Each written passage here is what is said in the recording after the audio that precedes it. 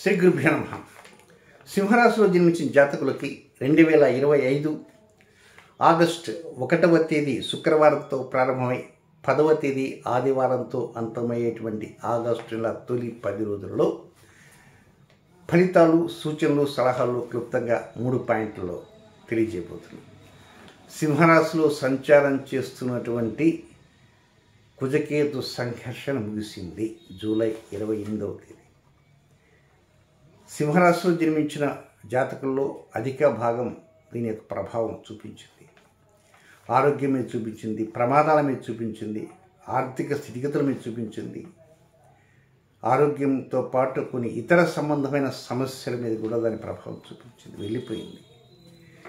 So అది వెళ్ళిపోయినప్పటికీ ఇతర వ్యతిరేకస్తులు still ఉన్నాయి. ఏం కంగారు పడద్దు. అవేమిటంటే కొంత డైరెక్ట్గా కుజశనుల యొక్క ముఖాముఖి ఫేస్ టు ఫేస్ వీక్షణలు, కుజరాహు షష్టాష్టకాలు, శనికేతు షష్టాష్టకాలు ఇలాంటివి ఉన్నాయి కనుక ఎక్కడ కంగారు పడాల్సినంత అవసరం లేదు. ధైర్యంగా ఉండటానికే ప్రయత్నం చేయండి. ఇక నెక్స్ట్ విషయానికి వస్తే ఈ ఆగస్టు నెలలో మొదటి 10 రోజుల్లో ఫలితాల విషయంలో మొదటి పాయింట్ 1వ తేదీ నుంచి 2వ తేదీ రాత్రి 11:53 వరకు ఉండేటువంటి సమయం అంతా కూడా ఇది తోబుట్టువులు కేటాయిస్తారా, మిత్రులు కేటాయిస్తారా, బంధువులు కేటాయిస్తారా, పుణ్యక్షేత్ర సందర్శన కేటాయిస్తారా అనేది అది ఒక ప్రశ్నగా మిగిలిపోతుంది. అంటే ఏదో అటు చేద్దాం, ఇటు చేద్దాం, అలా చేద్దాం, ఇలా చేద్దాం అనుకుంటారు. ఒక్కోసారి ఎటు చేయలేని పరిస్థితి కూడా ఉంటుంది. ఎనీహౌ 1వ తేదీ 2వ తేదీ 2 డేస్ కూడా కొంత ఆనందంగా ఉండటానికే అవకాశాలు ఎక్కువ ఉంటాయి. సరే, ఎప్పుడు ఉండేటువంటి సమస్యలే కనుక కొంత మిత్రులు వచ్చినా కూడా కొంచెం మనసు మాట్లాడతారు. అలాగే హితులు కావచ్చు, సన్నిహితులు కావచ్చు, తోబుట్టువులు కావచ్చు, లేదా పుణ్యక్షేత్రాలు కన్నా మనసు కొంచెం ప్రశాంతంగా ఉండడానికి 1-2 తారీఖులంటూ అవకాశాలు ఉంటాయి. ఎవరితో ఎలా మాట్లాడారు అనే దానికంటే కూడా మనసు ప్రశాంతంగా ఉంటుంది. ఇక నెక్స్ట్ 2వ పాయింట్కి వస్తే 2వ తేదీ రాత్రి 11:53 మొదలై 7వ తేదీ రాత్రి 8:12 వరకు ఉండేటువంటి సమయం అంతా కూడా ఇది కొద్దిగా ఇబ్బంది పెట్టినట్లుగా కనిపిస్తుంది. దేంట్లో? చేసే ఉద్యోగంలో, చేసే వ్యాపారాల్లో, చేసేటువంటి స్వయం ఉపాధి రంగాల్లో కావచ్చు. దీనికి తోడు సంతాన అంశాలలో ఒక్కోసారి మీరు చెప్పింది సంతానం కేర్లెస్ పక్కన పెట్టేస్తారు. ఏంటి మీరు చెప్పింది వినాలనా, చెవులో ఉప్పు పెట్టుకున్నా చెప్పండి అన్నట్టు. అంటే పెద్దల మాటలను పూర్తిగా తీసి పారేసే విధంగా వారి ప్రవర్తన ఉంటుంది. ఇది ఒక టైప్. ఒక్కోసారి వారు ఏదో మీతో చెప్పాలనుకున్నప్పటికీ కూడా వారి మాటని చెవికి ఎక్కించుకోకుండా మీ ధోరణిలో మీరే ఉంటారు. అంటే ఒకరి మాటలకి ఒకరు విలువ ఇవ్వరు. పెద్దలుగా ఉన్న మీరు విలువ ఇవ్వరు, పిల్లలుగా ఉన్న వారు కూడా విలువ ఇవ్వరు. ఎవరి పాటికి వారు వారి వారి ఆలోచనల ప్రకారం ముందుకు వెళ్తుంటే జరిగేటువంటి జరుగుతుంటే ఆ తర్వాత తలపట్టుకోవాల్సి వస్తుంది. కానీ ఎందుకైనా మంచిది వారి యొక్క ఆరోగ్యం ఏమిటి, వారి చదువులు ఏంటి, వారి యొక్క స్థితిగతులు ఏమిటి, ఏమన్నా వారి వివాహ విషయాల్లో ఏమైనా సమస్యలు ఉన్నాయా, ఆరోగ్యంలో ఏమైనా సమస్యలు ఉన్నాయా, లేక ఉద్యోగం ఉందా, లేక ఉద్యోగం పోయిందా, లేకపోతే ఇంకేమైనా ఇతర సమస్యలు ఉన్నాయా, ఏమన్నా రక్షణ శాఖ వారి నుంచి ఏమైనా సమస్యలు, ఏమైనా నోటీసులు అన్నా లాయర్ నోటీసులు అంటే ఉన్నాయా, లేకపోతే వివాహం చేసుకుని ఉంటే భార్యాభర్తల మధ్య దాంపత్యంలో ఏమన్నా ఇబ్బంది వచ్చి ఒకరి మీద ఒకరు కసుపుసలాడుకుంటూ ఇద్దరు కూడా రోడ్డెక్కే పరిస్థితి ఏమైనా ఉందా, ఏమిటి, ఇలాంటివి ఎన్నో ఉంటాయి సంతానం సంబంధించి. తర్వాత అలాంటి వాటి మీద మీ దృష్టిని కొంత కేంద్రీకరించాలి తప్ప ఏదో ఫోన్ చేసింది మాత్రం ఏదో డబ్బులు అడిగారనో లేకపోతే అదనో ఇదనో ఉద్దేశంతో మాత్రం అనుకోవద్దు. ఏదైనా కొంత కాన్సన్ట్రేషన్ అనేది సంతాన విషయాల మీద మీరు ఎక్కువ శ్రద్ధ చూపించాల్సిన అవసరం ఉందని కూడా గుర్తుపెట్టుకోవాలి.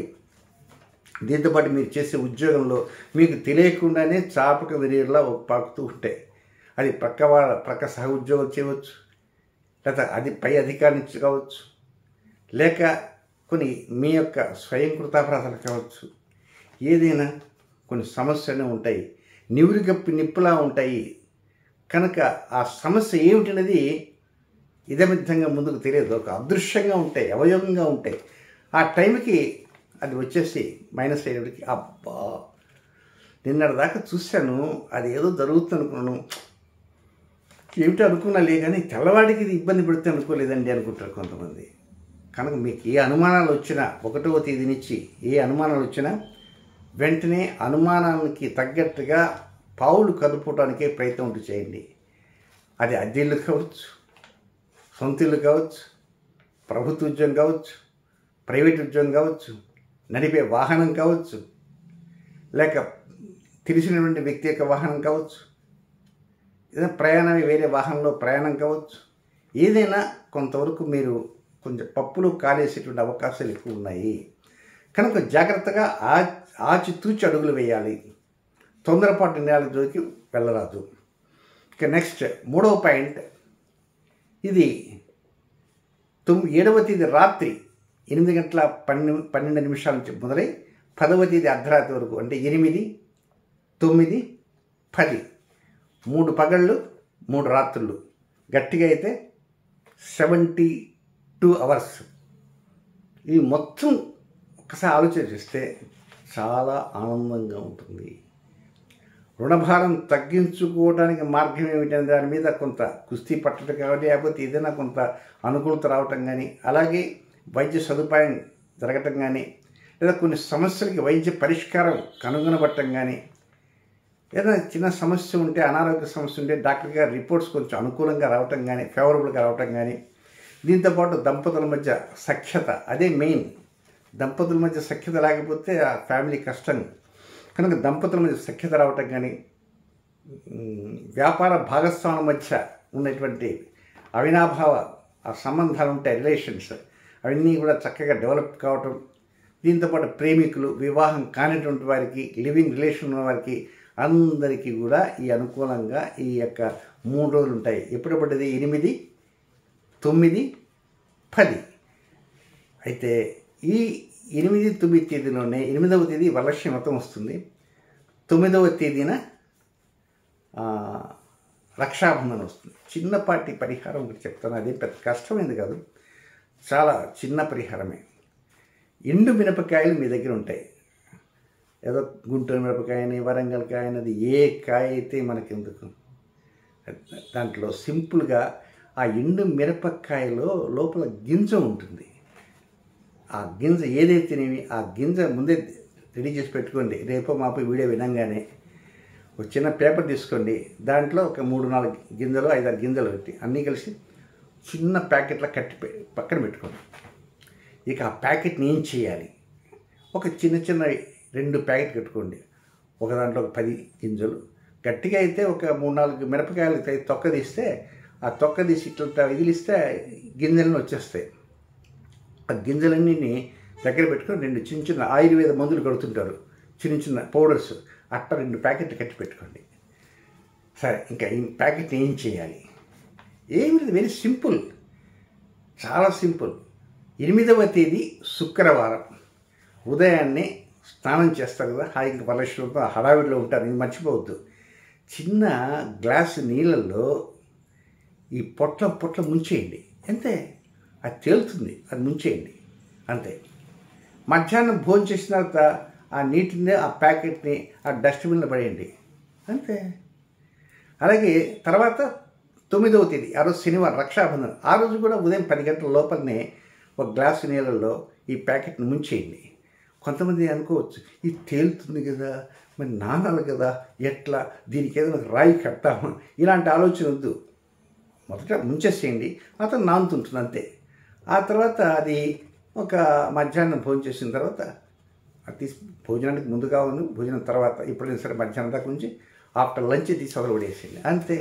దాన్ని మళ్ళీ పొట్ల విప్పటము, ఇవి నానాయా లేక నానలేదా, దీనికి ఏమైనా 7 పెట్టానా, 8 పెట్టానా, 9 గింజలు పెట్టానా, 9 పెడితే మంచి సంఖ్య ఏమోనే, మాది సింహరాశి కదా, సింహరాశి అధిపతి రవి కదా, రవి యొక్క సంఖ్య వచ్చేసి 2 కదా, 2 ఇత్తనాలు పెడదామా, ఈ విధంగా చేతికి ఎన్ని వస్తే నేను పెట్టండి, చాలు.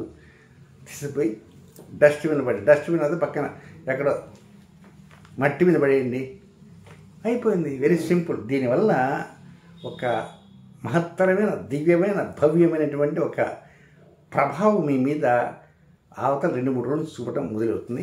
కొంచెం కొండంత ధైర్యం వస్తుందా? ఎందుకు రాదు? వస్తుంది. బ్రహ్మాండమైన ధైర్యం వచ్చేస్తుంది. ఇంకా మీరు రైఫిల్ పోయినట్టుగా మీ ఆలోచనలు పోతుంటాయి. వెరీ సింపుల్ ఇది. ఇక నెక్స్ట్ సింహరాశిలో జన్మించినటువంటి మఖా నక్షత్ర జాతకులకి 2వ తేదీ శనివారం వేకుంజామున 3:40 నుంచి 3వ తేదీ ఆదివారం ఉదయం 6:35 వరకు అనుకూలమైన సమయం కాదు. ఇక నెక్స్ట్ పూర్వ పొలుగుని పుబ్బా నక్షత్రం అంటారు. ఈ పుబ్బా నక్షత్ర జాతకులకి 3వ తేదీ ఆదివారం ఉదయం 6:30 నుంచి 4వ తేదీ సోమవారం ఉదయం 9:12 వరకు వారికి అనుకూలమైన సమయం కాదు. ఇక ఉత్తర నక్షత్రం 1వ పాదం వారికి 4వ తేదీ సోమవారం ఉదయం 9:12 నుంచి 5వ తేదీ మధ్యాహ్నం 11:23 వరకు అనుకూల సమయం కాదు.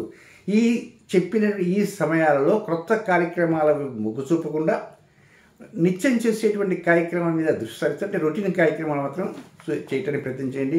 కొత్త వాటికి ఏదైనా కారు కొందామో, దానికి కొందామో, దీనికి కొందామో, అడ్వాన్స్ భయాన ఇద్దాము ఇలాంటి ఆలోచనలకు వెళ్లకుండా, కొత్తవి కొనుగోలు చేయకుండా రెగ్యులర్ కార్యక్రమాల మీద మాత్రమే దృష్టి ఉంచడానికి ప్రయత్నం చేయండి.